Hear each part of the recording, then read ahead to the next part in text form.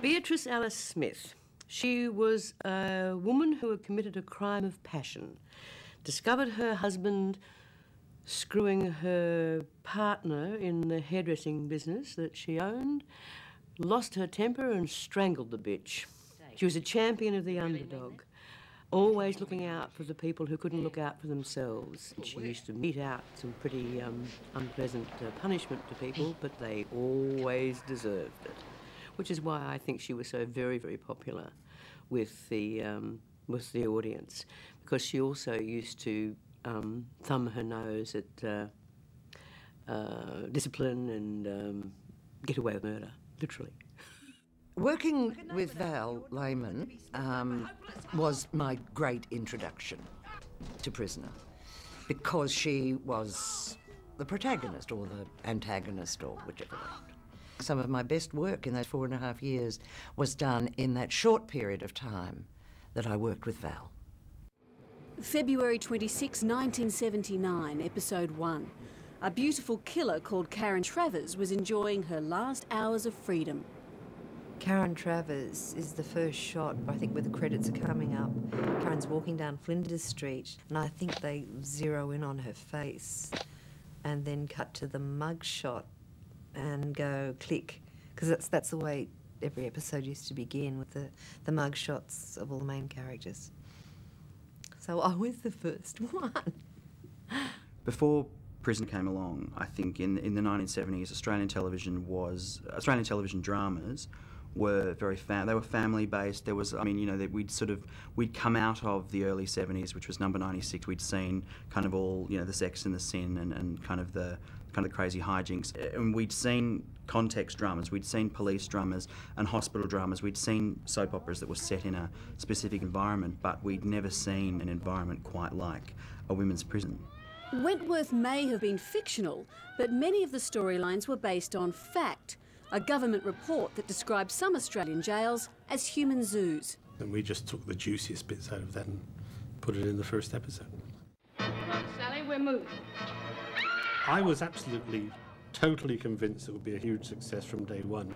It fulfilled all the requirements of drama in terms of the hero figures and the villain figures and good against evil, all those major things in a very unique and different environment. Prior to Prisoner, most women in shows, you know, series, soaps, whatever, had to wear heaps of makeup and jewellery and be somebody's girlfriend or somebody's wife. In Prisoner, the women had no makeup, drab costumes and unflattering lighting. Talk about hard labour. And we were a bunch of pretty plain. I mean, we were gorgeous in real life. Girls, don't get me wrong, I don't mean that like that. But we were plain women, unmade up, so that what you got on the show was the sense of character. And it's those characters we'll be remembering, along with the bashings, the escapes, the fires, and some of the lighter moments. Moments that made us show up every week for visiting time at Wentworth. And we've got plenty more of Prisoner on the inside to come, so stick around. Because if you don't, I might just stick some part of you in the steam press.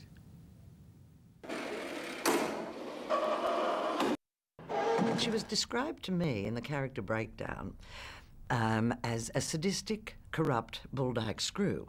That was my job description. Maggie Kirkpatrick had been an old mate of mine for years, and she'd always joked that she'd never get on television because she didn't have the right face or whatever. So I created this character who was a prison officer, and she was also lesbian and she was also predatory. But if I had to make a choice, I'd sooner be bashed by them than put up with your filthy paws all over me. You don't have a choice, understand? In here, I can make or break you. And sooner or later, I intend to have you. I was a bit scared about that job description, but I thought, hey, you're an actress. However, once the uniform went on and the hair was slicked back, there she was. You stupid little bitch. Why did you tell the governor? What's the matter, Miss Ferguson? Your past finally catching up with you? You don't. Maggie's first episodes are incredible. There's this tautness and this intensity to her that is, you unconsciously, grab the ends of the armchair while you watch it. People have often talked about the menacing stillness of Joan when she first walked into the laundry. I'm Officer Ferguson. You're seeing a lot of me from now on. I have to say that any menacing stillness that was created in Joan at that point came from sheer terror. Sheer unadulterated terror.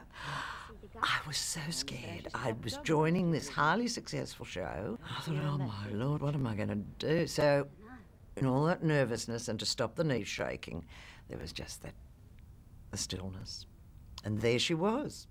Joan's character provided a new direction for the show. Sure, there'd been corrupt officers before, but never a woman. I have quite a production line going. Birdsworth on the booze, Hunt on the gambling. The freak crossed over that thin blue line. The goodie became the baddie. Joan Ferguson didn't just bully and control the prisoners. She tried to manipulate and control the fellow officers as well. I didn't touch Latham. I'm innocent. You've made a cover-up out of the whole thing. Doesn't matter. So that was, I felt that was a very different dynamic than had been there before. And then there was one of television's most memorable props. Out would come the gloves, and the camera would just go to the hands, putting the gloves on. End of story, end of scene, and the viewers knew that someone was for it.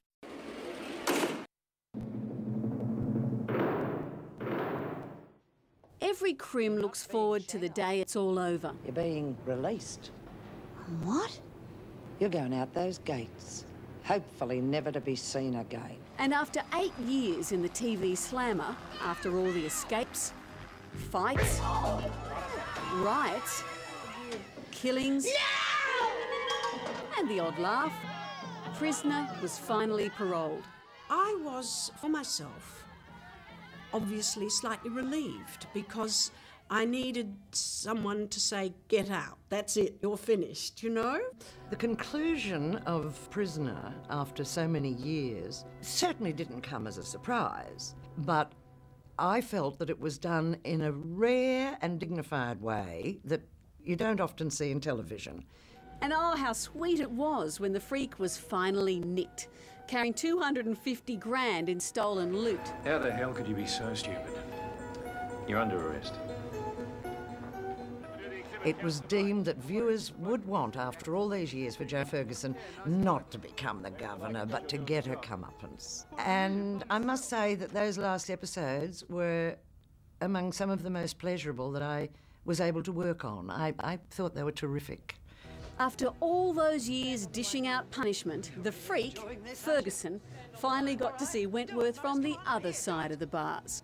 Ferguson! Ferguson! And the old-timers were there to enjoy sweet revenge. But I felt that it would be really appropriate if we could have some of the long-term extras, old lags as they were called, who had been in and out of that show for 8 years, on some of them on a very regular basis, because they were a huge nucleus of the show, not major players, but a very strong force in the series. So I just thought it was a really nice gesture if we could, you know, they could get a Guernsey. And so, in episode 692, with justice triumphing over evil, the doors closed on Wentworth Detention Centre for good.